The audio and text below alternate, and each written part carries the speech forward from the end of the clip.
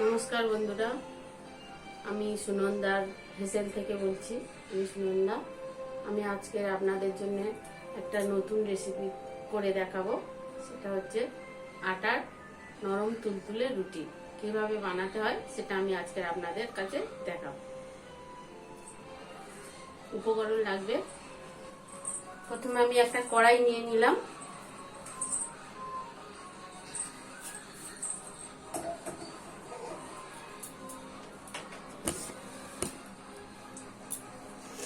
লাগবে আটা,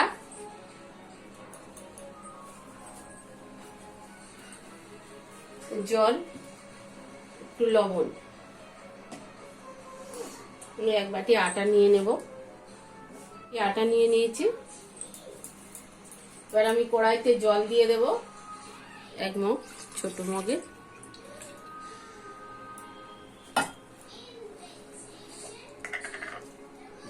লবণ দিয়ে দেব 2 চিমটের মতো। গ্যাসটা জ্বালিয়ে দেব।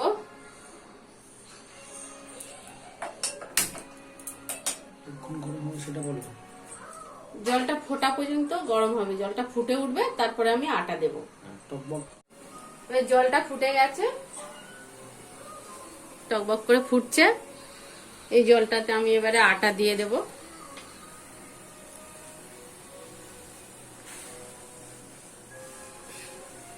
অল্প অল্প করে আটাটা দিয়ে দেব।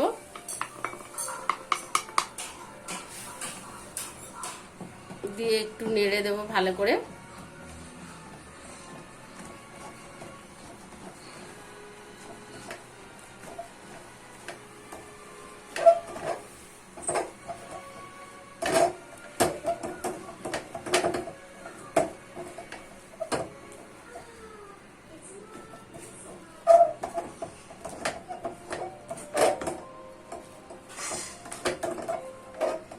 হয়ে গেছে। এটাকে আমি এবারে চাপা দিয়ে রেখে দেবো। এটা এবার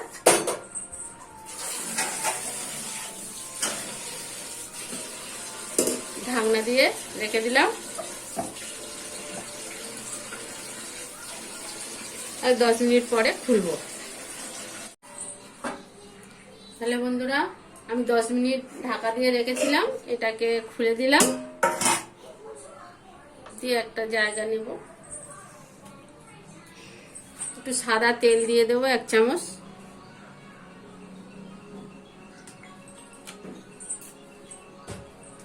একটা থালা নিয়ে নিয়েছি, এতে সাদা তেল দিয়ে দিয়েছি, দিয়ে একটু মাখিয়ে দিয়েছি হাত দিয়ে। দিয়ে এতে এই আটাটা তুলে নেব। একটু গরম থাকতে থাকতে করতে হবে এটা।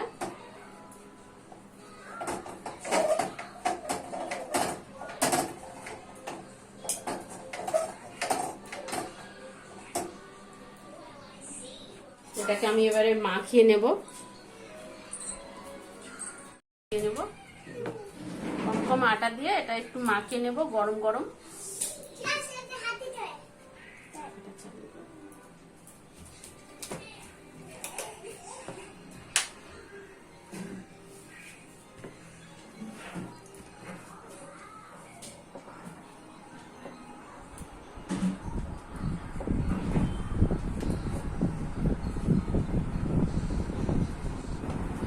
এই রুটিটা বানালে রুটিটা সকাল পর্যন্ত খুব নরম থাকে। এই রুটিটা যখনই খাবেন রুটিটা খুব নরম হবে, তুলতুলে।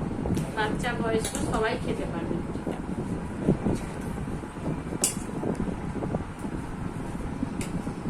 আর রুটিটা খেলে আমাদের গ্যাসও হয় না। অ্যাসিড হয়, অনেকের রুটি খেলে অ্যাসিড হয়, সেটা হবে না এই রুটিটা খেলে।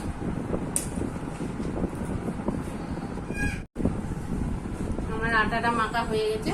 দেখুন বন্ধুরা, আটাটা কত সফট হয়েছে, একদম তুলতুলে। এটাকে আমি লেচি কেটে নেবো ছোট ছোট করে।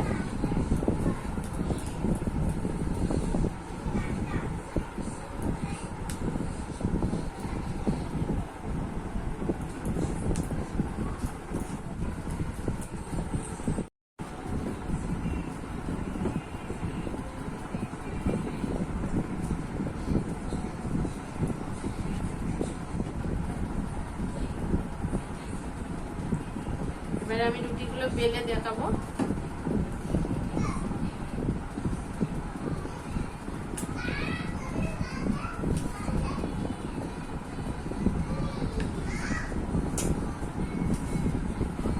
ঠিক আছে।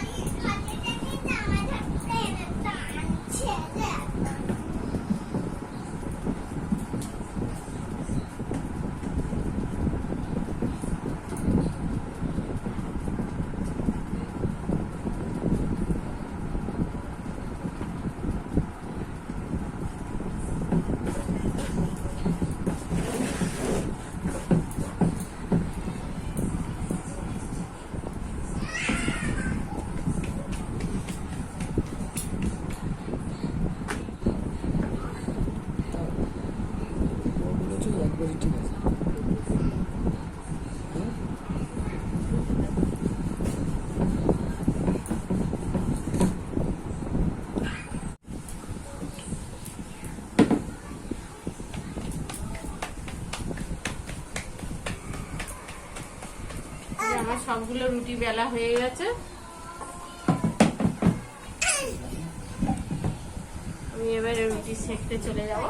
কড়াইয়ে রুটি সেঁকা বসিয়ে দিয়েছি, এটা গরম হলে রুটিটা দিয়ে দেবো। তাওয়াটা গরম হয়ে গেছে, আমি একটা একটা করে রুটিগুলো এবারে বানাবো।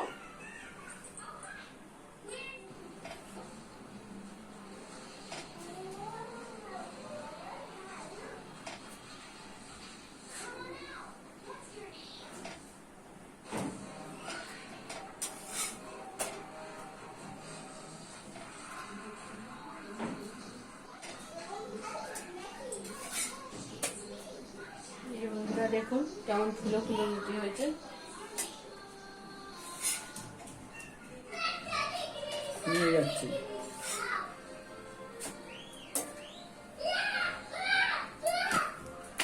সবগুলো রুটি এরকম ভাবে বানিয়ে নেব।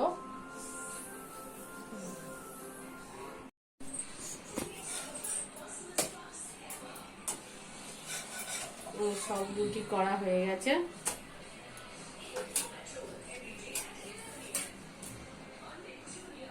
আমি আপনাদের একটা কেটে দেখাচ্ছি রুটি গরম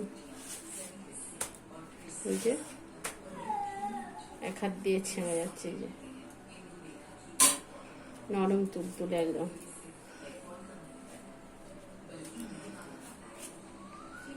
এরকম নরম তুলতুলে আপনারা বাড়িতে বানিয়ে একবার খেয়ে দেখবেন, খুব ভালো খেতে। রুটিটা নরম, বাচ্চারা বয়স্করা সবাই খেতে পারবে। এবং আপনারা এই রুটিটা বানিয়ে খেয়ে দেখবেন, যদি ভালো লাগে আপনারা আমাকে বেশি বেশি করে শেয়ার করবেন, চ্যানেলটাকে সাবস্ক্রাইব করবেন, কমেন্ট করবেন, জানাবেন কেমন লেগেছে। তাহলে আমি আপনাদের আরো ভালো ভালো খাবার বানিয়ে খাওয়াতে পারবো। নমস্কার।